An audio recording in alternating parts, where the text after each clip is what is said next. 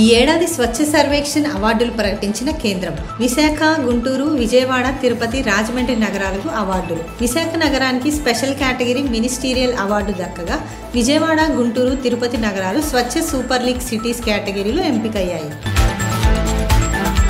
YSR architecture varsity విద్యార్థుల సమస్యలపై షర్మిల ఆందోళన. అనుమతులు లేకుండా యూనివర్సిటీ ప్రారంభించడం పెద్ద తప్పన్న షర్మిల. సమస్య పరిష్కారం కాకపోతే ఢిల్లీ వెళ్తామని స్పష్టీకరణ. రాష్ట్రంలో చంద్రబాబు నిరంకుశ పాలన సాగుతోందన్న జగన్. చట్ట ప్రకారం నిరసనలు తెలిపిన అక్రమ కేసులు ఎదుర్కోవాల్సి వస్తుందని వ్యాఖ్య.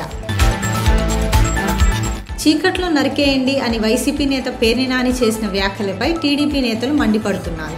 ఏపీఎస్ఆర్టీసీ చైర్మన్ కొనకళ్ళ సత్యనారాయణ కూడా పేర్ని నాని వ్యాఖ్యలను ఖండించారు. మాజీ మంత్రిగా, జిల్లా పార్టీ అధ్యక్షుడిగా ఉన్న పేర్ని నాని ప్రజాస్వామ్యాన్ని రక్షించే విధంగా మాట్లాడాలి కానీ హింసను ప్రేరేపించే విధంగా మాట్లాడడం దారుణమన్న సత్యనారాయణ.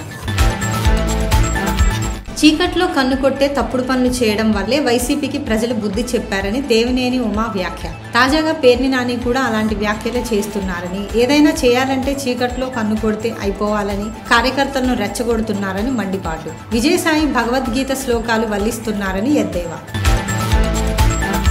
బీసీలను ముఖ్యమంత్రి రేవంత్ రెడ్డి మరోసారి మోసం చేస్తున్నారని బీజేపీ రాజ్యసభ సభ్యుడు లక్ష్మణ్ విమర్శించారు. తెలంగాణ ప్రభుత్వం పంపించిన బిల్లు రాష్ట్రపతి వద్ద పెండింగ్ లో ఉంటే ఆర్డినెన్స్ కు గవర్నర్ ఎలా ఆమోదం తెలుపుతారన్న లక్ష్మణ్. జనాభా గణాంకాలను బయట పెట్టాలని డిమాండ్.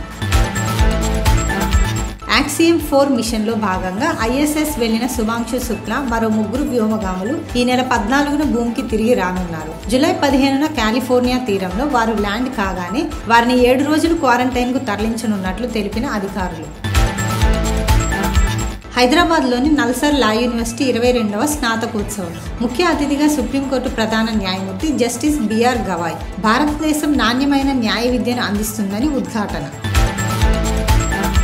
అమెరికాను కాపాడేందుకు 3వ పార్టీ కావాలని ప్రజాశాంతి పార్టీ అధ్యక్షుడు కేఏ పాల్ అన్నారు. మస్క్తో కలిసి పనిచేసే అవకాశాలున్నాయని చెప్పిన కేఏ పాల్. మస్క్ దగ్గర డబ్బు ఉంది, తనకు ఫాలోయింగ్ ఉందన్న కేఏ పాల్. తన కుమారుడు అమెరికాలోనే పుట్టి పెరిగాడని, అమెరికాకు ప్రెసిడెంట్ తన కుమారుడు కావాలనేదే నా కోరిక అని పాల్ వ్యాఖ్య. బీసీ రిజర్వేషన్ల పెంపు క్రెడిట్ను కవిత తీసుకోవడంపై మహేష్ కుమార్ గౌడ్ విమర్శలు. రిజర్వేషన్ల పెంపు ప్రక్రియను చేపట్టినప్పుడు కవిత జైల్లో ఉన్నారన్న టీపీసీసీ చీఫ్. అసలు కవిత ఇప్పుడు ఏ పార్టీలో ఉన్నారో చెప్పాలని నిలదీశారు.